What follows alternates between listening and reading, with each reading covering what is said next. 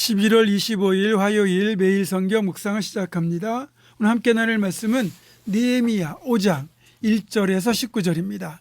느헤미야 5장 1절에서 19절의 말씀을 제가 봉독합니다.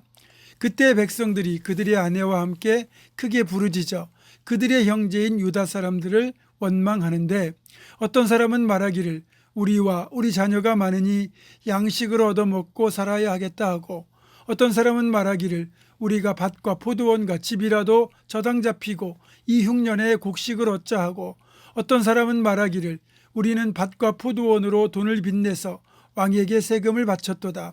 우리 육체도 우리 형제의 육체와 같고 우리 자녀도 그들의 자녀와 같거늘 이제 우리 자녀를 종으로 파는도다. 우리 딸 중에 벌써 종된 자가 있고 우리의 밭과 포도원이 이미 남의 것이 되었으나 우리에게는 아무런 힘이 없도다 하더라. 내가 백성의 부르짖음과 이런 말을 듣고 크게 노하였으나 깊이 생각하고 귀족들과 민장들을 꾸짖어 그들에게 이르기를 너희가 각기 형제에게 높은 이자를 취하는도다 하고, 대의를 열고 그들을 쳐서 그들에게 이르기를 우리는 이방인의 손에 팔린 우리 형제 유다 사람들을 우리의 힘을 다하여 도로 찾았거늘 너희는 너희 형제를 팔고자 하느냐? 더구나 우리의 손에 팔리게 하겠느냐 하며 그들이 잠잠하여 말이 없기로 내가 또 이르기를 너희의 소행이 좋지 못하도다. 우리의 대적 이방 사람의 비방을 생각하고 우리 하나님을 경외하는 가운데 행할 것이 아니냐? 나와 내 형제와 종자들도 역시 돈과 양식을 백성에게 구워 주었거니와 우리가 그 이자 받기를 그치자. 그런즉 너희는 그들에게 오늘이라도 그들의 밭과 포도원과 감람원과 집이며 너희가 구워준 돈이나 양식이나 새 포도주나 기름의 100분의 1을 돌려보내라 하였더니, 그들이 말하기를 우리가 당신의 말씀대로 행하여 돌려보내고 그들에게서 아무것도 요구하지 아니하리이다 하기로 내가 제사장들을 불러 그들에게 그 말대로 행하겠다고 맹세하게 하고, 내가 옷자락을 털며 이르기를 이 말대로 행하지 아니하는 자는 모두 하나님이 또한 이와 같이 그 집과 산업에서 털어버리실지니 그는 곧 이렇게 털려서 빈손이 될지로다 하매 회중이 다 아멘하고 여호와를 찬송하고 백성들이 그 말한 대로 행하였느니라. 또한 유다 땅 총독으로 세움을 받은 때 곧 아닥사스다 왕 제20년부터 제32년까지 12년 동안은 나와 내 형제들이 총독의 녹을 먹지 아니하였느니라. 나보다 먼저 있었던 총독들은 백성에게서 양식과 포도주와 또 은 40세겔을 그들에게서 빼앗았고, 또한 그들의 종자들도 백성을 압제하였으나 나는 하나님을 경외함으로 이같이 행하지 아니하고 도리어 이 성벽 공사에 힘을 다하며 땅을 사지 아니하였고 내 모든 종자들도 모여서 일을 하였으며, 또 내 상에는 유다 사람들과 민장들 150명이 있고 그 외에도 우리 주위에 있는 이방 족속들 중에서 우리에게 나온 자들이 있었는데, 매일 나를 위하여 소 1마리와 살찐 양 6마리를 준비하며 닭도 많이 준비하고 열흘에 한 번씩은 각종 포도주를 갖추었나니, 비록 이같이 하였을지라도 내가 총독의 녹을 요구하지 아니하였음은 이 백성의 부역이 중함이었더라. 내 하나님이여, 내가 이 백성을 위하여 행한 모든 일을 기억하사 내게 은혜를 베푸시옵소서.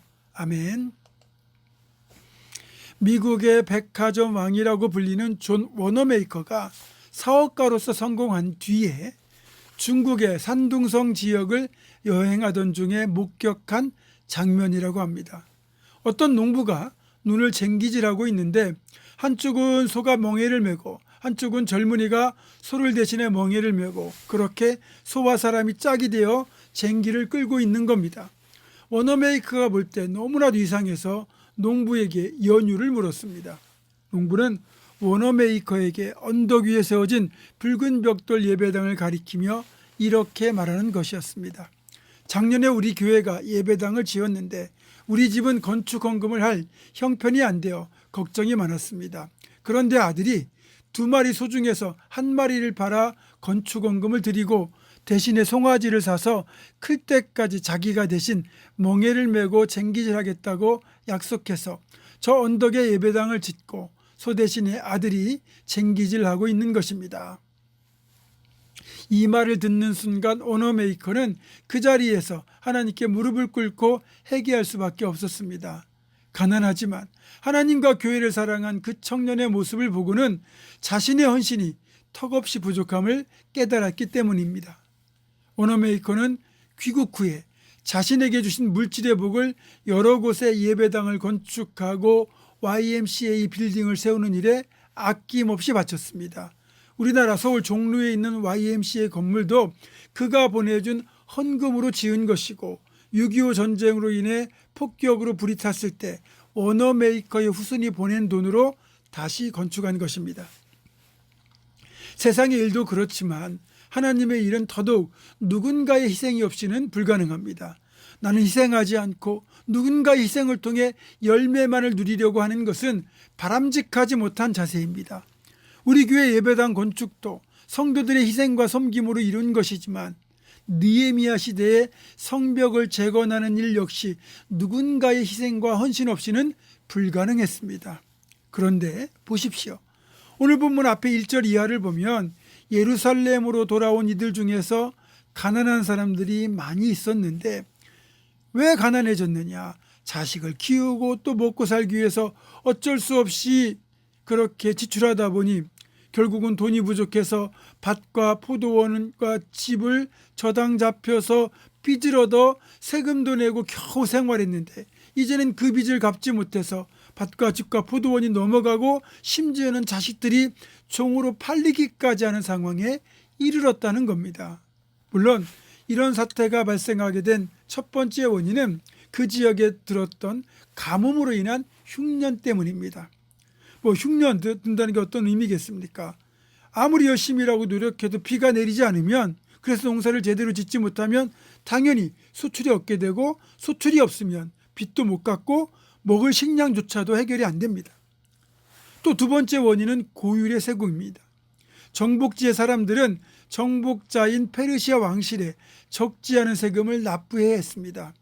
가뭄이 들었죠. 또 세금까지 납부해야 했으니 이들의 삶의 형편이 어땠겠습니까?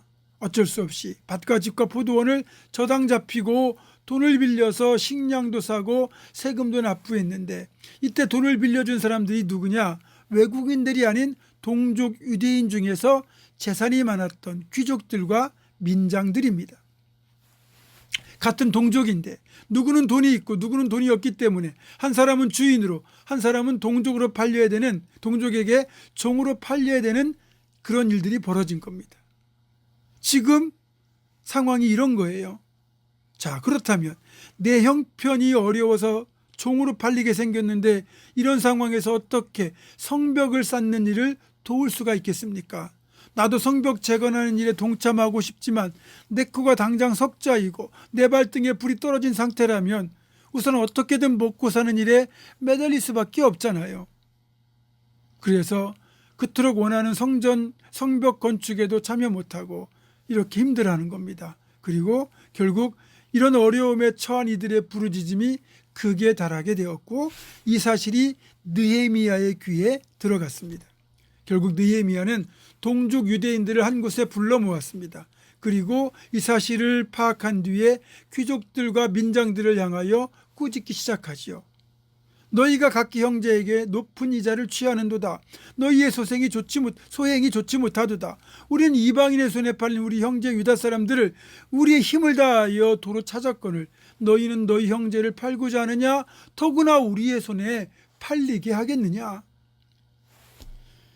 입이 10개라도 할 말이 없죠. 여러분, 하나님의 나라는 더불어 살아가는 나라입니다. 그것이 하나님 나라이고 우리 교회도 그런 하나님의 나라를 이루어가는 신앙 공동체입니다. 이런 하나님 나라의 정신, 공동체 정신이 그 어느 때보다 필요하다는 거죠. 사도행전 2장과 4장에 기록된 그런 나눔과 유무상통이 있는 사도행전적 나눔과 공동체 정신이 사실은 한국교회가, 신앙 공동체가, 무엇보다 우리 교회가 꿈꾸고 나아가야 될 가장 바람직하고도 건강한 방향인 겁니다. 적어도 우리 교회는 이런 나눔, 이런 공동체 정신으로 살아가는 건강한 교회가 될 수 있기를 주님의 이름으로 축원합니다. 기도하겠습니다. 포로에서 돌아온 동족들에게 높은 이자를 취했고 여러 가지 상황이 겹쳐서 결국은 자기 동족 유대인에게 또 종으로 팔릴 수밖에 없는 안타까운 현실이 빚어지는 상황에서 느헤미야는 그렇게 민장들과 귀족들을 꾸짖고 더불어 살아가야 됨을 역설하였습니다. 하나님, 적어도 우리는 더불어 살아가는 신앙 공동체가 되길 원합니다. 우리 가운데 어려움을 당하는 이들을 돌아보고 그렇게 보살피는 사도행전적 나눔과 섬김이 있는 그런 건강한 교회를 함께 만들어갈 수 있도록 인도하여 주시옵소서. 예수님의 이름으로 기도하옵고 이제는 우리 주 예수 그리스도의 은혜와 하나님의 사랑과 성령의 교통하심이 거룩한 나눔과 섬김이 있는 사도행전적 거룩한 공동체를 만들어갈 것을 굳게 결단하는 사랑하는 모든 성도들, 이들의 삶과 가정과 생업과 앞날과 우리 교회 위에 지금부터 영원토록 함께 하시옵기를 간절히 축원하옵나이다. 아멘.